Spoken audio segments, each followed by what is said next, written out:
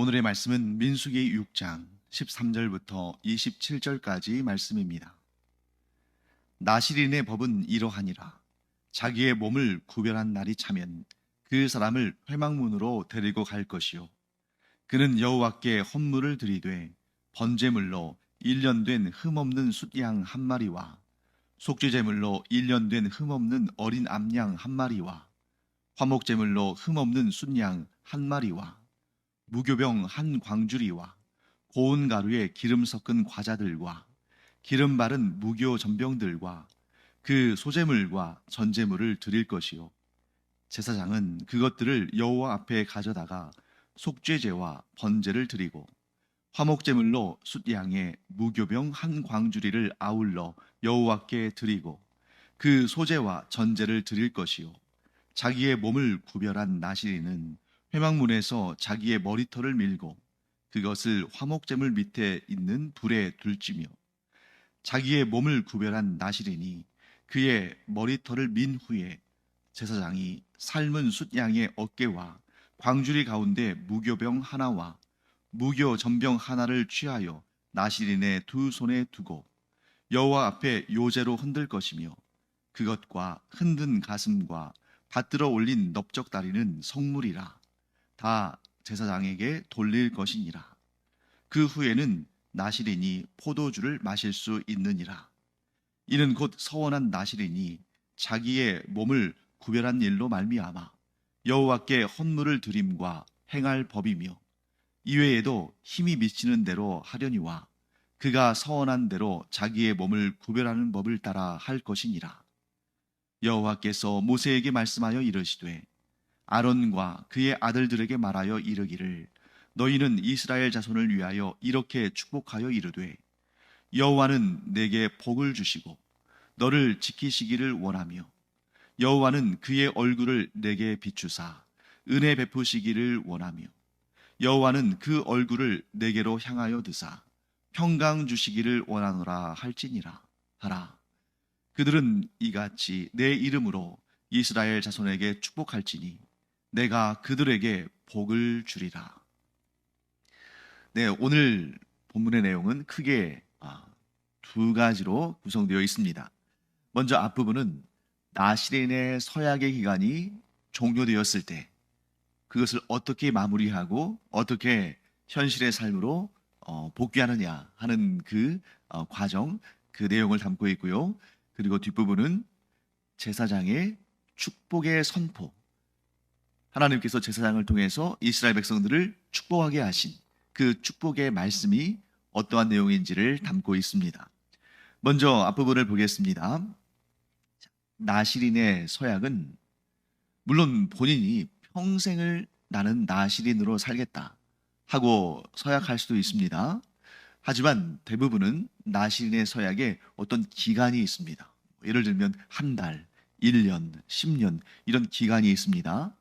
그리고 그 기간 하나님께 자기 자신을 온전히 성별하여 드린 그러한 기간이 끝이 나면 다시 일상으로 돌아와야겠죠. 그러면 이 나시린의 서약을 마무리할 때 어떠한 과정을 거쳐야 되는가? 거기에 대해서 오늘 본문의 말씀이 설명을 하고 있습니다. 자, 그런데 여러분들이 좀 오해하실 만한 부분이 있기 때문에 제가 먼저 그 구절을 설명을 좀 드리겠습니다. 오늘 본문의 첫 구절인 13절 말씀, 민수기 6장 13절 말씀 보시면 이렇게 되어 있습니다. 나시린의 법은 이러하니라. 자기의 몸을 구별한 날이 차면 그 사람을 회막문으로 데리고 갈 것이요. 그리고 14절에서는 그는 여호와께 헌물을 드리되 이렇게 되어 있습니다. 자, 우리말 번역, 이 개역 개정 성경의 번역대로만 본다면 어떤 느낌을 갖게 되냐면 어떤 그림이 그려지세요? 이거죠. 자, 그 사람을 회막문으로 데리고 갈 것이요. 그는 여호와께 헌물을 드리되 이렇게 되어 있으니까 어떤 느낌이 드냐면 누군가가 예를 들면 제사장이든지 혹은 레위인이든지 혹은 가족이든지 누군가가 그 나시린의 서약을 하고 그 기간 동안 그 서약을 잘 지킨 그 사람을 데리고 성막에 와서 그 나시린의 서약을 한 사람이 여호와 하나님께 헌물을 드리는 그런 장면으로 또 머리에 또 그 그림이 그려지죠. 왜냐하면 자기의 몸을 구별한 날이 차면 그 사람을 회막문으로 데리고 갈 것이요 이렇게 했으니까요. 자, 그런데 이 부분을 이 13절을 히브리어 원문으로 보면 좀 다릅니다. 자, 히브리어 원문을 최대한 직역하면 어떤 뜻이냐면 그가 즉 나시린의 서원을 한 사람이 나시린의 서약을 한 사람이 그것을 회막문으로 가져갈 것이요 이렇게 돼 있어요. 자, 누군가가 나시린의 서약을 한 사람을 데리고 회막문 즉 회막의 입구로 가는 것이 아니고 나시린의 서원을 한 자신 그 당사자가 그것을 회막문으로 가지고 간다는 겁니다. 그것이 뭐겠어요? 14절에 나오는 하나님께 드리는 헌물이겠죠. 그러니까 누가 이 사람이 나시린의 소원을 잘 지키고 있는지를 이렇게 관찰하고 있다가 그가 그 율법에 정한 대로 나시린의 서약을 잘 지켰으면 그래 너 이제 마지막 날까지 잘 지켰으니까 이제 내가 너를 성막으로 회막문으로 데리고 가겠다고 그 사람을 데리고 가면 그 사람이 또 이렇게 여호와 하나님께 드릴 예물을 준비했다가 그때 드리는 이런 것이 아니라 자기 자신이 기억하고 자기 자신이 결정하는 거죠. 즉 자기 자신이 하나님께 나시린으로 몸을 들인 그 성별의 기간이 다 찼다 하는 것을 알면 스스로 무엇을 들고요? 하나님께 드릴 헌물을 들고 회막문 곧 성막의 입구로 가는 것입니다. 그리고 그 하나님께 드릴 예물을 제사장에게 주는 거예요. 자, 그때 이 나시린의 서약을 이제 잘 마친 이 사람이 하나님께 드리는 헌물의 내역은 이렇습니다. 먼저 번제물로 1년 된 흠없는 숫양 한 마리를 하나님께 드립니다. 즉 하나님께 1년 된 숫양 한 마리를 번제물로 드려요. 이 번제물이 맨 앞에 언급된 것도 굉장히 의미가 있죠. 왜냐하면 이 나시린이라는 그 개념 자체가 자신을 오롯이 하나님께 드리다, 온전히 하나님께 바치다 이런 의미가 있기 때문에 모든 제사 제물 중에서 번제물을 위해서 번제를 위해서 1년 된 흠없는 순양 한 마리를 하나님께 드린다는 것은 이 나시린의 서약을 마무리하는 이 시점에 있어서 굉장히 중요한 그런 문제가 되겠죠. 그 다음에 이제 속죄 제물을 드리는데 1년 된 흠없는 어린 암양 한 마리를 하나님께 드립니다. 그리고 화목 제물로 흠없는 숫양 한 마리를 드립니다. 자, 여기까지가 이제 짐승의 헌물, 즉 가축으로 드리는 헌물이에요. 번제물, 속죄제물, 화목제물. 자, 그 다음에는 이제 곡물로 된 혹은 액체로 된 헌물을 하나님께 드리는데 무교병 한 광주리, 또 고운 가루에 기름을 섞은 과자들, 기름 바른 무교 전병들, 그리고 소제물, 그리고 마지막으로 전제물. 자, 소제물이라고 할 때는 우리가 곡식으로 드리는 제물을 의미하죠. 그리고 전제물이라고 할 때는 이게 액체에 해당합니다. 예를 들면 포도주와 같은 거죠. 굉장히 많은 양의 헌물을 하나님께 드립니다. 번제, 속죄제, 화목제, 거기에다가 또 무교병, 또 각종 과자들, 전병, 또 소제물, 전제물, 굉장히 많은 양의 헌물을 하나님께 드려요. 그것도 아주 격식을 잘 갖추어서. 왜 그럴까요? 나시린의 서약이 그만큼 하나님께서 소중하게 여기신다는 것을, 또 나시린 자신도 자신이 자신의 인생의 일부분을 하나님께 성별하여 드렸다는 사실이 너무 소중하기 때문에, 자, 소중한 만큼 하나님께 드리는 헌물도 잘 갖추어져 있고 또 굉장히 물질적으로도 많은 헌신이 필요한 그런 제물을 하나님께 드리는 것을 보게 됩니다. 하나님께도 소중한 일이고 사람에게도 소중한 일이기 때문이다. 인생의 아주 중요한 한 시점을 오롯이 하나님께 드린다는 그런 의미와 함께 이렇게 참 귀한 예물들을 하나님께 드림으로 그 서약을 마무리 짓는 그런 모습을 보게 됩니다. 자, 그 다음에 이제 제사장은 이 나시린으로부터 이 헌물을 받아서 제사를 이제 드려야 되겠죠. 그때 나시린은 한 가지 행위를 하는데, 그것이 뭐냐면 회막문, 즉 이 성막의 입구에서 자기의 머리털을 다 밉니다. 그리고 그것을 화목제물 밑에 있는 불에 둡니다. 자, 화목제물 밑에 있는 불에 둔다는 것은 뭘 의미하냐면 그냥 불 앞에 이렇게 내려놓는다, 그런 개념이 아니라 화목제를 하나님께 드릴 때에 이제 그 제단에 불을 피워서 화목제를 하나님께 드리지 않겠습니까?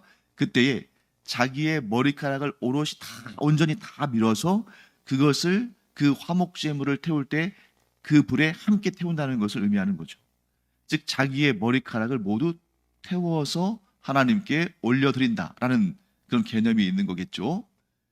자, 나시린이 왜 머리카락을 다 잘라서 화목제물을 드릴 때 하나님께 태워드릴까?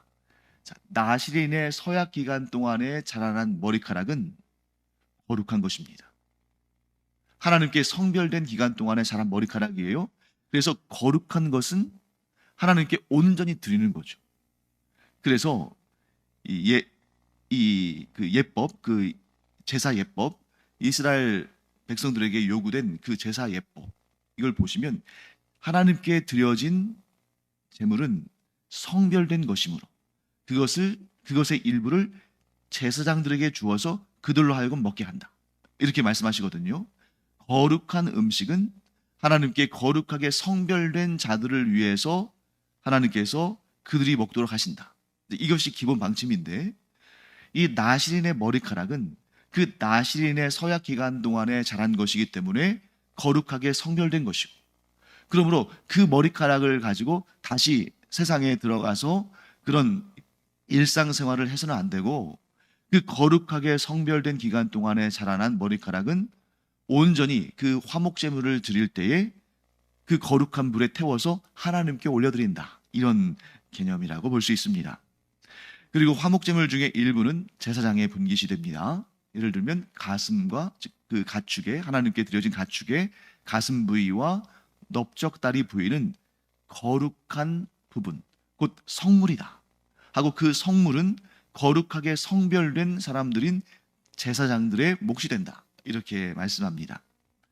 자, 이렇게 해서 이 모든 과정들, 그 제사까지 다 끝나면 나시린의 삶을 제한하는 그 성별의 법에서부터 자유롭게 되고, 그때부터 이제 비로소 포도주를 비롯한 포도나무에서 나온 무슨 포도즙이나 또 포도로 만든 초나 생과일이나 건포도나 이런 것들을 다 이제 먹을 수 있게 되는 거죠.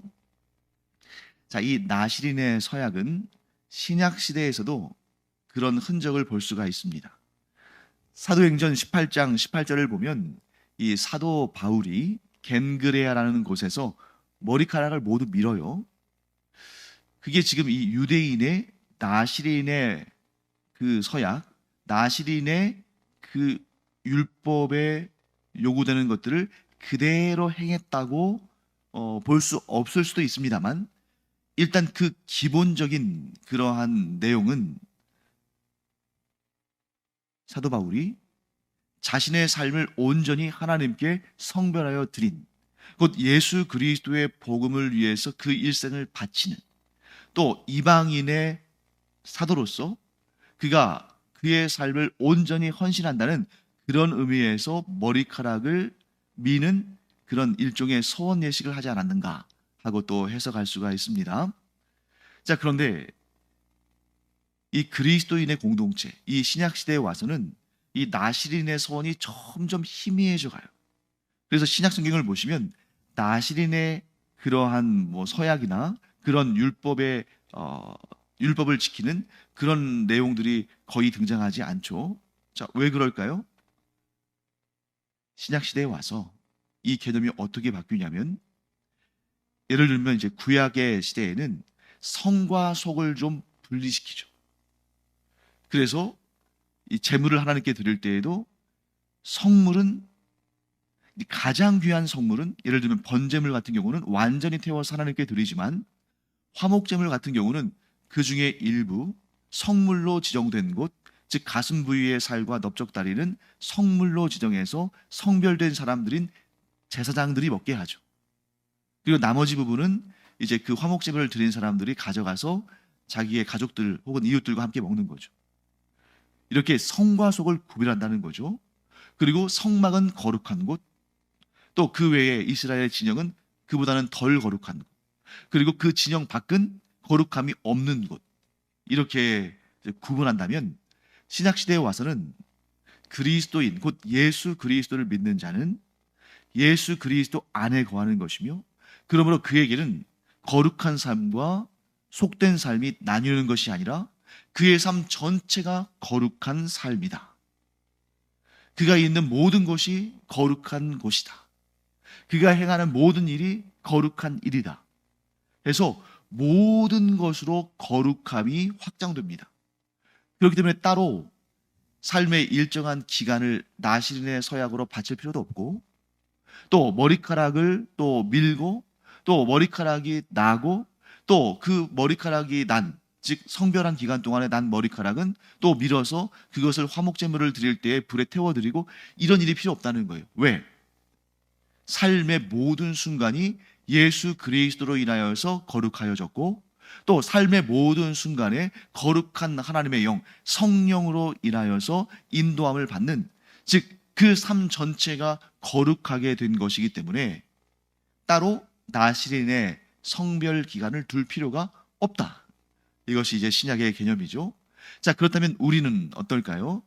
자, 우리도 이렇게 할 수 있습니다. 내가 어떠한 기간 동안 특별히 거룩한 삶을 살기 위해서 이런 나시린의 성별과 같은 삶을 살고 싶다. 또 어떤 경우는 내가 나의 삶을 하나님께 거룩한 도구로 드리기 위해서 나시린의 서약을 해야겠다. 또 어떤 분은 자녀를 낳은 다음에 이 자녀는 하나님께 거룩하게 성별된 자로 내가 드리기를 원하기 때문에 나시린으로 하나님께 드리고 그렇게 키우겠다. 물론 그렇게 좀 거룩함에 대한 열심, 그런 열정이 있을 수 있습니다. 하지만 아주 성경적인 그러한 그 내용들로 우리가 들어가게 되면 우리 예수 믿고 구원받은 사람들은 나시린의 서약을 따로 할 필요가 없다. 오히려 나시린의 서약을 따로 하고 그런 기간을 따로 두는 것은 사실 성경적이지 못한 것입니다. 왜냐하면 우리는 예수 그리스도를 믿고 우리의 삶의 전체가 거룩해진 사람들이기 때문이에요. 자, 그런데 그럼에도 불구하고 좀 성별된 기간을 두고 싶다 한다면 그것은 어떻게 우리가 적용해야 되냐면, 나는 이미 예수 그리스도의 보혈로 완전히 정결케 된 사람이고, 나는 성령의 인도하심을 받는 곧 예수 그리스도 안에 거하는 완전히 거룩해진 하나님의 새로운 피조물이지만, 그런데 내 삶 가운데 어떤 특정한 기간 동안에 내 자신이 더욱 하나님께 가까이 나아가며 내 삶을 더욱 경건한 삶으로 내가 성장시키며 내가 세상으로부터 조금 거리를 두고 오롯이 하나님께 헌신하는 그런 기간을 두고 싶다 한다면 그것은 속한 영역에서 거룩한 영역으로 옮겨지는 것이 아니라 원래 거룩한 영역 가운데 있지만 더욱 거룩에 힘을 쓰는 특별한 기간이다. 이렇게 볼 수가 있는 것입니다. 자, 그리고 오늘 본문의 후반부는 제사장들의 축복이 등장하죠. 그래서 여러분들이 이 민수기 전체의 말씀들 가운데, 아니 어쩌면 구약 성경, 나아가 성경 전체에서도 가장 우리가 사모하고 가장 잘 알고 있는 그런 내용 가운데 하나가 민수기 6장 22절부터 27절에 등장하죠.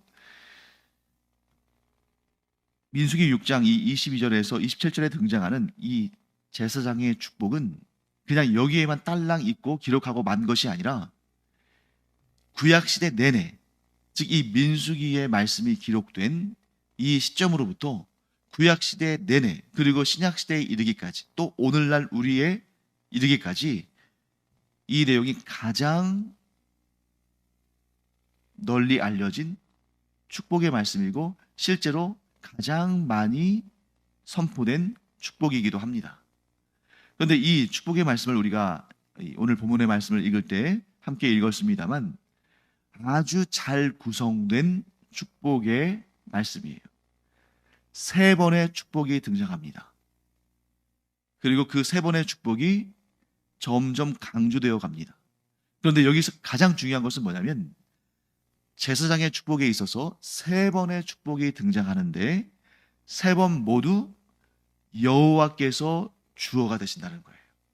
그래서 여호와는 내게 복을 주시고 너를 지키시기를 원하며, 또 25절 여호와는 그의 얼굴을 내게 비추사 은혜 베푸시기를 원하며, 마지막으로 26절 여호와는 그 얼굴을 내게로 향하여 드사 평강 주시기를 원하노라. 하나님께서 모세에게 제사장들이 이스라엘 백성들을 축복할 때 이렇게 축복하도록 하라 라고 말씀하신 거예요. 가장 중요한 포인트 무엇입니까? 제사장은 자기 자신이 자기 자신의 능력과 권위로 이스라엘 백성들을 축복하는 것이 아니라 여호와 하나님의 축복을 그들에게 전달하는 역할이라는 것을 명확히 알아야 한다는 것입니다. 사랑하는 성도 여러분, 우리가 누군가를 축복할 때 나의 마음, 나의 생각, 나의 능력, 나의 권세, 나의 힘으로 축복하는 것이 아니라 하나님의 복을 그들에게 전하는 마음.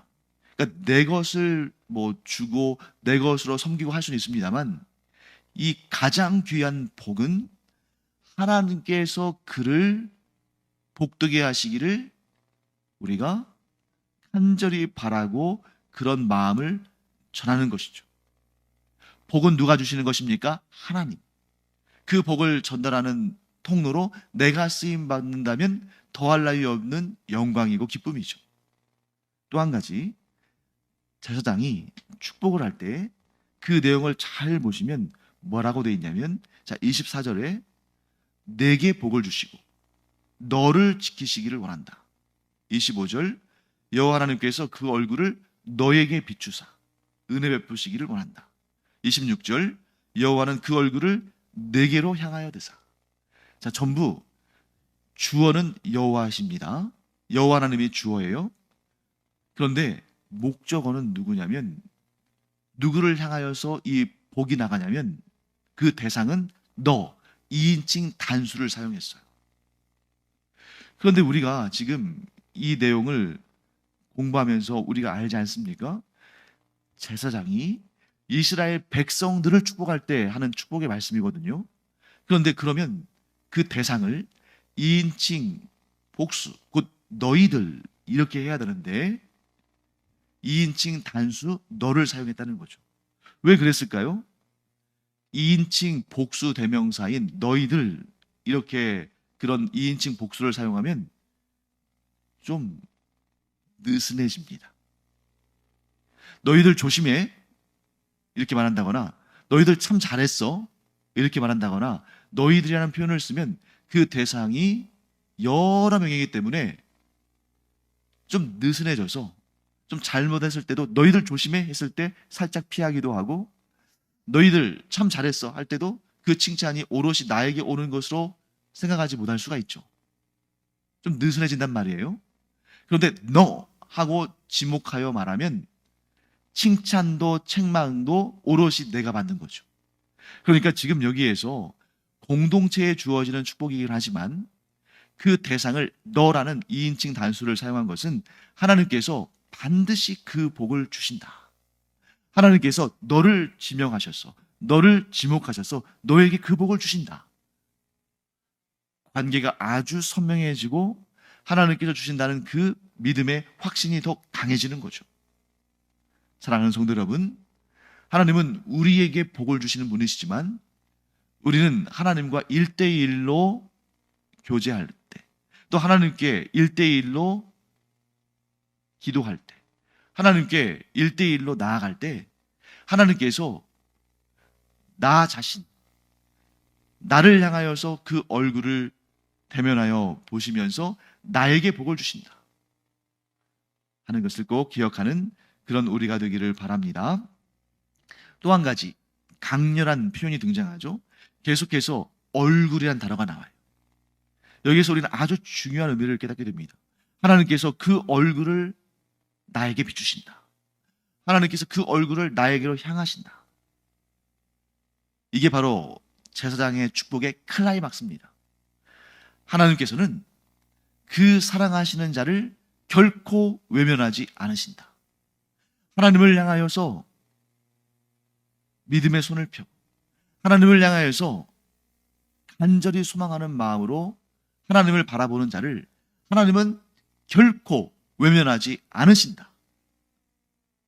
사랑하는 성도 여러분, 이렇게 매일 예배를 드리시고 하나님의 말씀을 사모하시며 또 하나님께 기도하는 여러분을, 그렇게 얼굴을 들어 하나님을 바라보고 하나님을 찾는 여러분을 하나님은 결코 외면하지 않으시고 그 얼굴을 여러분 한 사람 한 사람에게 비추시고 그 얼굴을 향하시고 여러분들에게 복과 은혜를 넘치도록 부어주실 줄 믿습니다. 하나님은 결코 외면하지 않으시는 분이시다. 이 사실이 우리에게 힘이 되고 우리에게 복이 되기를 간절히 축원합니다. 기도하겠습니다. 하나님 감사합니다. 하나님께서 하나님을 향하여 얼굴을 들고 하나님을 향하여 예배하고 기도하고 간구하는 저희들에게 결코 외면하지 않으시고 이 약속하신 모든 복들을 차고 넘치게 주실 줄 믿습니다. 이 믿음을 가지고 담대하게 믿음의 길을 걷는 저희들 되게 하여 주시옵소서. 감사드리며 예수님의 이름으로 축복하며 기도합니다. 아멘. 기도하는 시간입니다. 우리가 기도할 때 하나님께서는 그 얼굴을 우리를 향해 비추시고 우리를 향해 드시며 우리를 결코 외면하지 않으시고 우리에게 가장 좋은 것들로 채워주실 줄 믿습니다. 기도하겠습니다.